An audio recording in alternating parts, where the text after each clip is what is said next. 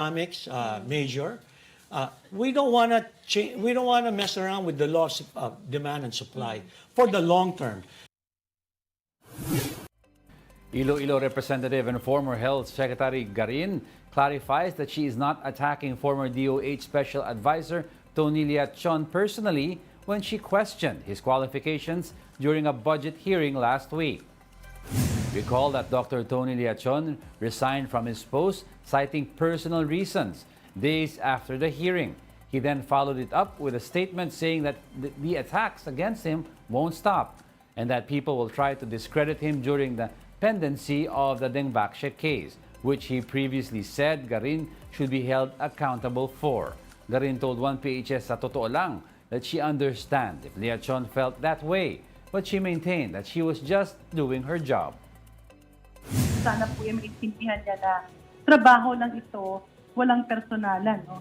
Siyempre, kapag ikaw po ay nagkaroon ng director for position, medyo mahirap po talaga na walang accountability. Pagka ang ginawa niya ay salungat nun sa sinasabi ng mga totoong eksperto, sino ang susundin nun sa baba? Meanwhile, speaking to the big story, Leachon hoped Health Secretary Ted Herbosa tried harder to vouch for him during the hearing. He also reiterated that he sees Garin's line of questioning as a personal attack. He succumbed to the pressure of Congresswoman Garin and downgraded my position from special advisor to a volunteer status, even without my approval. Out of the blue during the budget hearing, why would a private citizen who will be the subject of attack twice in that particular budget hearing? It's an organized attack on my personality. Former President Rodrigo Duterte apparently has no plans to return to politics for now. This comes after current Pampanga Representative and former President Gloria Macapagal Arroyo tried to encourage Duterte to try to enter politics anew after his term ended in 2022. Talks pushing Duterte to gun for a senatorial post in 2025 have been swirling around for some time now. But Duterte's legal counsel, Salvador Medialdea, maintained that Duterte doesn't want a political comeback at all. Apparently, the 78-year-old former chief executive just wants to pursue his hobbies like riding his motorcycle and catching up on his sleep. Recall, though, that back in 2016, Duterte had also been hot and cold on running for president, which he ended up doing anyway. We'll be back with more stories after the break. Keep it here on One News.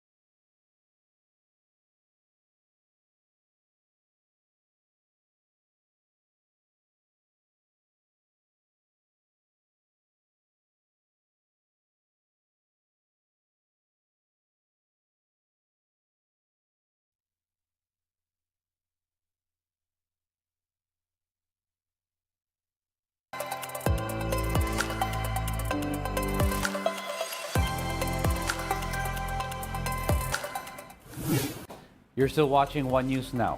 I'm Diego Castro. Nobel laureate and Rappler CEO Maria Ressa welcomes her acquittal in a tax evasion case filed by the Duterte administration. Ressa says the legal victory is proof that the justice system still works and that truth continues to prevail. Because of this acquittal, the prosecution can now no longer appeal the criminal aspect of the case. Ressa and Rappler have already been acquitted of 4 tax-related charges before the Court of Tax Appeals in January of this year. Ressa says the ruling paints the difference between the previous administration and the current. With the junking of the last tax case, there are now only 2 remaining cases involving Ressa and Rappler. think what we've seen, the transition from the last administration to this administration, is a lifting of fear. I hope it isn't the calm before the storm, and we hope that this, as we've seen in other cases that have been resolved, that rule of law is stronger, that facts remain. Last January I said facts win, truth wins, and we can continue. Justice, yes, thank you. Facts win, truth wins, justice wins. A magnitude 6.3 quake rocked the Lupiri Island in Cagayan last night. The epicenter of the tremor was located 22 kilometers east of the island, with a depth of 41 kilometers. However, PhilBoc allays fears of a risk of tsunami, but warned that aftershocks were still possible. Intensity 5 was reportedly felt in some towns of Ilocos Norte. Meanwhile, the town of Luna and Apayao and other areas of Ilocos Norte and Cagayan also experienced intensity 4. The tremor was so strong that mall goers in San Nicolas in Ilocos Norte exited their premises last night. Back in Calayan, Cagayan, 2 miners were reportedly injured after the wall of their house collapsed. While local municipalities continue to assess the aftermath, local authorities say there have been no other reported untoward incidents so far. Kagyat naman po nating inugnayan yung ating mga local MDR NOMOs, and majority of them, especially mga coastal municipalities natin, are reporting no untoward incidents. Some other municipalities are still gathering information. The government will roll out a fuel subsidy for drivers and operators starting today. Drivers with modern jeepneys and UV Express will receive 10,000 pesos each. Those with traditional jeeps, bus, minibus, taxi, TNVS, and school service vehicles will be given 6,500 pesos. Meanwhile, 1,000 pesos will be distributed to tricycle drivers, while delivery drivers get 1,200 pesos each. The fuel subsidy is expected to benefit about 1.36 million operators and drivers nationwide. Since January, the prices of diesel have gone up to over 10 pesos per liter and 15 pesos a liter for gasoline prices. This week, petroleum is more expensive again, with diesel products up by 40 centavos a liter and gasoline and kerosene up by 20 centavos per liter. And those are the top stories of the hour.